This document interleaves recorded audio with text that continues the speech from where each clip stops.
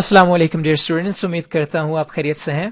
خوش آمدید کہتا ہوں آپ کو لیسن نمبر 33 میں learn English in Urdu tutorials کے. آج کے لیسن کی طرف بڑھتے ہیں. Today we are going to discuss word. آج ہم ورڈ کے بارے میں ڈسکس کریں گے، ورڈ کے بارے میں پڑھیں گے. Word is a proper combination of letters. لفظ یعنی کہ word proper combination of letters ہوتا ہے، یعنی کہ پراپرلی لیٹرز کو پٹ ٹوگیدر کیا جاتا ہے ایک آرگنائز فارم میں، اس کے بعد ایک ورڈ بنتا ہے.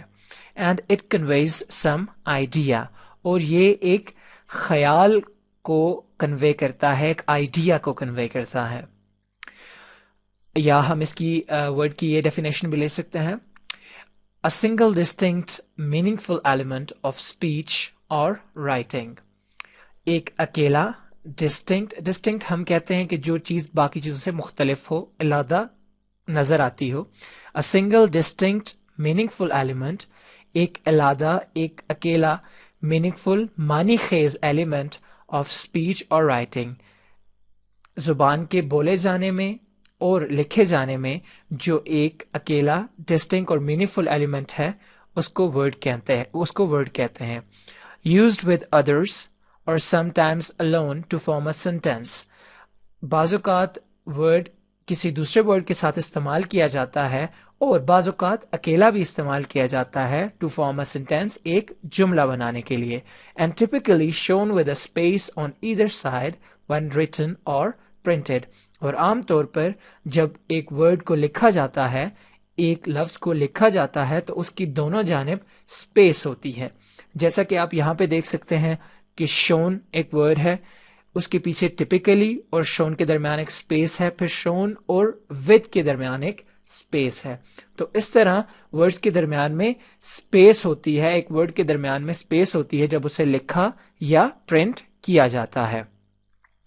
اب جب میں نے آپ سے یہ کہا کہ اٹ کنویز سم آئیڈیا، تو اس کا مطلب ہے جب آپ کوئی ورڈ بولتے ہیں یا جب آپ کوئی ورڈ سنتے ہیں تو اس سے آپ کے ذہن میں ایک خاکہ، ایک تصویر جنریٹ ہوتی ہے. جیسا کہ اگزامپلز آپ کے سامنے ہیں. جب کوئی کہتا ہے پین، تو آپ کے ذہن میں پین کا ایک خاکہ بن جاتا ہے.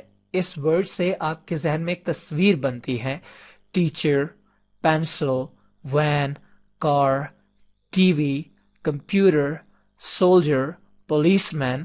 یہ جتنے بھی ورڈز ہیں، جب ان کو آپ کے سامنے بولا جاتا ہے، جب آپ کے سامنے کوئی انسان ان کو یوز کرتا ہے یا آپ خود یوز کرتے ہیں، تو آپ کے مائنڈ میں ایک خاکہ ہوتا ہے، ایک پکچر ہوتی ہے کسی بھی اسپیسیفک چیز کی.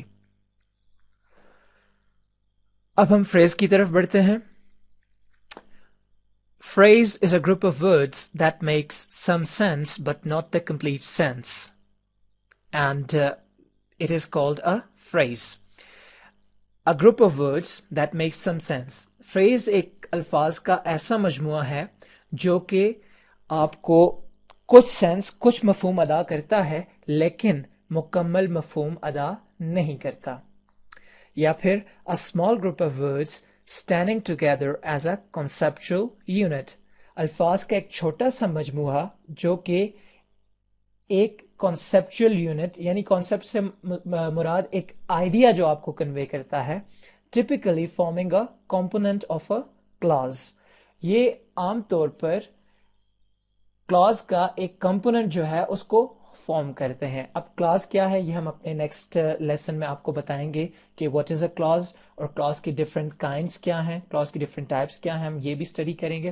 فی الحال اتنا جان لیں کہ فریز جو ہے وہ الفاظ کا ایسا مجموعہ ہے جو کہ کچھ سینس، یعنی کہ تھوڑا بہت سینس تو آپ کو کنوے کرتا ہے لیکن مکمل مفہوم بات کا آپ کو کنوے نہیں کرتے.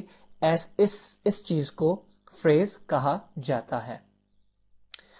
اور ایک اور اہم چیز یہ ہے کہ in a phrase we usually do not have a verb. Phrase میں عام طور پر یوزلی ہمارے پاس ورب نہیں ہوتا.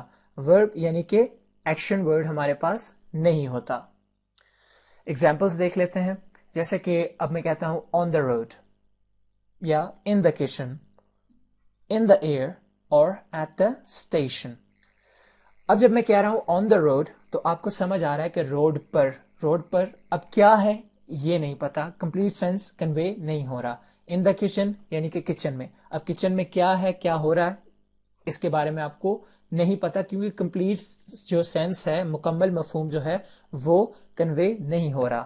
ان دا ایئر اور ایٹ دا ریلوے اسٹیشن. تو یہ ایگزامپلس ہیں فریز کی, یعنی کہ یہاں پر مکمل مفہوم کنوے نہیں ہوا. In our next lesson we will discuss clause and its type. اپنے نیکسٹ لیسن میں ہم clause اور اس کی ٹائپس کے بارے میں بات کریں گے. پریکٹس مور اینڈ مور, یہ ہر لیسن کے انمے میں کہنا ضروری سمجھتا ہوں, کیونکہ اگر آپ ایسا کریں گے تو آپ سیکھیں گے. And try to use what you have learned in the previous lessons. اور جو پچھلے 32 لیسنس ہم کر چکے ہیں ان کو زیادہ سے زیادہ کوشش کریں یوز کرنے کی. جہاں پہ بھی آپ کو سچویشن ملتی ہے, جہاں پہ بھی آپ کو ایسے حالات ملتے ہیں کہ آپ جو آپ نے سیکھا اس کو یوز کر سکتے ہیں, تو ضرور اس کو یوز کریں, ہیزیٹیٹ بالکل نہ کریں. جتنا آپ یوز کریں گے اتنا زیادہ آپ اس کو ریٹین کر سکیں گے. تو آج کے لیے اتنا ہی, اپنا خیال رکھیے گا, مجھے اجازت دیجیے. اللہ حافظ. God bless. Take care.